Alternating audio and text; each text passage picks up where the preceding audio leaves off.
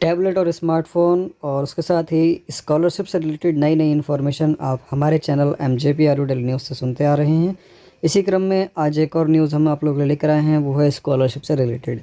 Scholarship से related news में हम आपको बहुत सारी जानकारी यहाँ देने वाले हैं कि लास्ट डेट क्या है, आपके अकाउंट में कब क्रेडिट होगी, कोई गलती हो गई है तो उसके लिए करेक्शन वाला फॉर्म कब आएगा। और लास्ट डेट में भी काफ़ी कन्फ्यूज़न है कि दो दो अलग अलग डेट चल रही हैं। उसके साथ ही ब्लैंक वाली जो प्रॉब्लम है वो थोड़ी अब सॉल्व होती हुई नज़र आ रही है, तो हम उस पर भी आप लोगों को डिटेल में बताएंगे। देखो यहाँ पर पहली जो डेट है ना स्कॉलरशिप की, लास्ट डेट की, वो अलग अलग तरीके से चल रही है। जैसे कि यहाँ पर आप देखो कि पहले हम बात कर ले रहे हैं यहाँ पर जर्नल एस और OBC और माइनॉरिटी की। तो जर्नल OBC और माइनॉरिटी के लिए जो स्कॉलरशिप की लास्ट डेट है वो आपकी 10 जनवरी तक है। ठीक है, 10 जनवरी तक आप ऑनलाइन अप्लाई कर सकते हैं और उसके बाद अप्लाई करने के बाद 19 जनवरी तक आप लोग कॉलेज में जमा कर सकते हैं। कॉलेज में हार्ड कॉपी आपको ज़रूर जमा करनी है, इसके बिना आपका जो फॉर्म है वो आगे फॉरवर्ड नहीं किया जाएगा। उसके बाद जिन लोगों के फॉर्म में मिस्टेक हो जाती है, जैसे जर्नल OBC और माइनॉरिटी की ही बात कर रहे हैं हम पहले अभी, तो इन लोगों के लिए जो डेट आएगी करेक्शन वाली वो आपकी 2 फरवरी से 9 फरवरी के बीच में आएगी। ठीक है, और जिन लोगों का करेक्शन नहीं होना होगा, मतलब फॉर्म ठीक होगा, उन लोगों के अकाउंट में जो स्कॉलरशिप क्रेडिट हो जाएगी वो 15 मार्च तक क्रेडिट हो जाएगी। और जो लोग अपना करेक्शन करके फॉर्म ठीक करेंगे फिर वापस कॉलेज में जमा करेंगे, उनके लिए अप्रैल और मई का टाइम भी जा सकता है। ठीक है, ये बात रही आपकी जर्नल OBC और माइनॉरिटी की। अब बात करते हैं SC ST के लिए। SC ST के लिए देखो ये नोटिस न्यूज़पेपर में आया हुआ है, और न्यूज़पेपर में जो नोटिस है इनके अकॉर्डिंग SC और ST के जो कैंडिडेट हैं वो अब 2 बार अप्लाई कर सकते हैं। पहली बार जो आपका अप्लाई वाला स्टेप ख़त्म होगा वो 31 दिसंबर तक ख़त्म हो जाएगा। उसके बाद दूसरा जो स्टेप शुरू होगा वो आपका 10 जनवरी से शुरू होगा, जो 31 मार्च तक चलेगा। ये बात सिर्फ SC और ST के लिए है। OBC वाले कह रहे होंगे भाई हमारा इतनी जल्दी फॉर्म क्यों ख़त्म हो रहा है।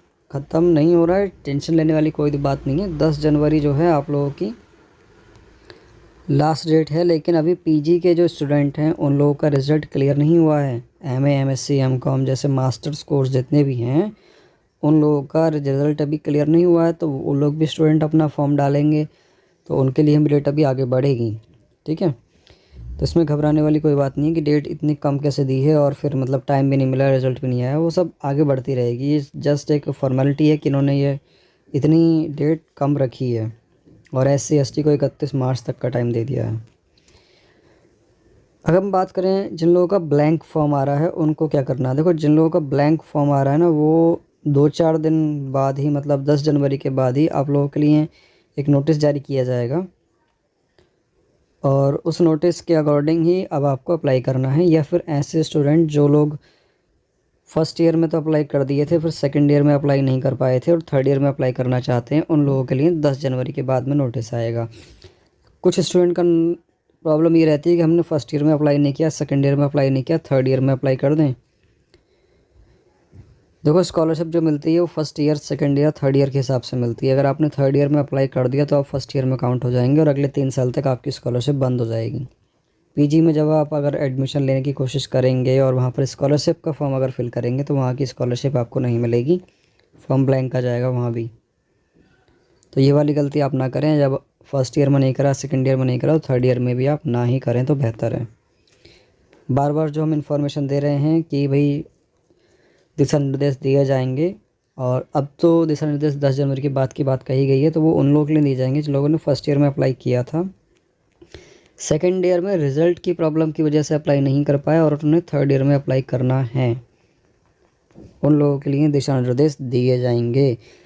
लेकिन कुछ ऐसे महानुभाव भी हैं जिन लोगों ने फर्स्ट ईयर में अप्लाई किया था, फिर सेकंड ईयर में अप्लाई नहीं किया, लेकिन थर्ड ईयर में फ्रेश फॉर्म भर दिया, उन लोगों का ब्लैंक का फॉर्म आ रहा है, तो उन लोगों के लिए भी 10 जनवरी के बाद ही कोई दिशा निर्देश जारी किया जाएगा। वैसे ब्लैंक वाली पूरी डिटेल हम अपनी पिछली वीडियो में दे चुके हैं, तो एक बार उस वीडियो को भी देख लेना। पॉसिबिलिटीज़ कम हैं दिशा निर्देश जारी करने की, क्योंकि जो भी स्कॉलरशिप के लिए दिशा निर्देश आ रहे हैं वो एससी और एसटी को ध्यान में रखते हुए आ रहे हैं, जनरल ओबीसी और माइनॉरिटी को ध्यान में रखते हुए नहीं आ रहे हैं। तो आप इस वहम में ना रहें कि हमारे लिए भी आएंगे। सिर्फ एक न्यूज़ है, एक इन्फॉर्मेशन है जो हमारे पास है, वही हमने आप लोगों तक पहुंचाई है। ठीक है, वीडियो का लास्ट पॉइंट है कि आय प्रमाण पत्र से संबंधित काफ़ी डाउट है, और ये डाउट जो है कॉलेजों ने क्रिएट कर दिया है। हालांकि गवर्नमेंट ने ऐसा कुछ भी नहीं कहा है कि मतलब आय प्रमाण पत्र बदला जाएगा जिनका एक्सपायर होने वाला है, ऐसा कुछ भी नहीं कहा है। देखो क्लियरली एक समझो एक बात, अगर आपका आय प्रमाण पत्र 2023 तक वैलिडिटी रख रहा है, ठीक है, जून 2023 तक वैलिडिटी रख रहा है, तो आपका जो आय प्रमाण पत्र है वो स्कॉलरशिप में वैलिड रहेगा। आप इस साल उसका यूज़ कर सकते हैं। लेकिन अगर आपका आय प्रमाण पत्र 2022 में ही ख़त्म हो रहा है तो वो वैलिडिटी नहीं रख रहा है, उसको आपको बदलना पड़ेगा। 2022 का 23 का जो भी आपको अगर बदलना है, मान लो आपका कॉलेज जो है बदलने के लिए मतलब पूरा उतारू है कि भी बदलना ही बदलना है, क्योंकि यहाँ पर तो मेंशन है कि अब अभिभावकों का आय प्रमाण पत्र पूरे पाठ्यक्रम के दौरान एक ही बार देना होगा, जबकि पहले प्रत्येक वर्ष देना होता था। मतलब 3 साल का जो आपका आय प्रमाण पत्र बना हुआ है वो पहले आपको हर साल देना होता था कि भाई हर साल चेंज कराओ उसे। लेकिन अब जो है वो कंडीशन ख़त्म कर दी है गवर्नमेंट ने, तो लेकिन कॉलेज वाले अपने आप को मतलब अभी अपडेट नहीं कर रहे हैं। तो उसके लिए आप क्या करो कि अभी तो आप अप्लाई कर दो। करेक्शन तो वैसे भी आप नहीं कर सकते हो आय प्रमाण पत्र में या जाति प्रमाण पत्र में। करेक्शन जब आपका आएगा वो आपका फरवरी में आएगा, जैसे अभी हमने बताया 2 फरवरी से 9 फरवरी के बीच में आएगा, तो तभी आप उसको करेक्शन कर सकते हैं। कॉलेज को भी किसी तरीके से कन्वेंस करके आप उस फॉर्म को कॉलेज में जमा करो, क्योंकि कॉलेज में बिना जमा किए वो करेक्शन भी नहीं होगा। कॉलेज फॉरवर्ड करेगा तो स्कॉलरशिप डिपार्टमेंट चेक करेगा कि भैया कैंसिल करना है या फिर रखना है अपने पास। तो कैंसिल अगर हो गया तो वो करेक्शन में डाल देगा कि करेक्शन करो इसका, और अगर एक्सेप्ट हो गया तो फिर तो कोई दिक्कत वाली बात ही नहीं है। ठीक है, ये सिर्फ कॉलेज के अपने अपने मैटर हैं जो फालतू का मतलब आय प्रमाण पत्र पर एक झंझट बनाए हुए खड़े हुए हैं वो। ठीक है, बाकी इस न्यूज़ का स्क्रीनशॉट ले लो, चाहे अमृत विचार का जो न्यूज़पेपर है यहाँ पर ये न्यूज़ आई हुई है, आप इसको देख सकते हैं। ठीक है, 22 तारीख का ये न्यूज़पेपर है हमारे पास। इसका स्क्रीनशॉट लेके आप कॉलेज में दिखा सकते हैं कि कॉलेज मतलब गवर्नमेंट तो मांग ही नहीं रही है आय प्रमाण पत्र वाली वैलिडिटी मतलब कंडीशन पर कुछ भी कि हर साल बदलो उसको। ठीक है, तो ऐसे ही और जानकारी के लिए हमारे साथ जुड़े रहें। चलिए मिलते हैं नेक्स्ट किसी इन्फॉर्मेटिव वीडियो में।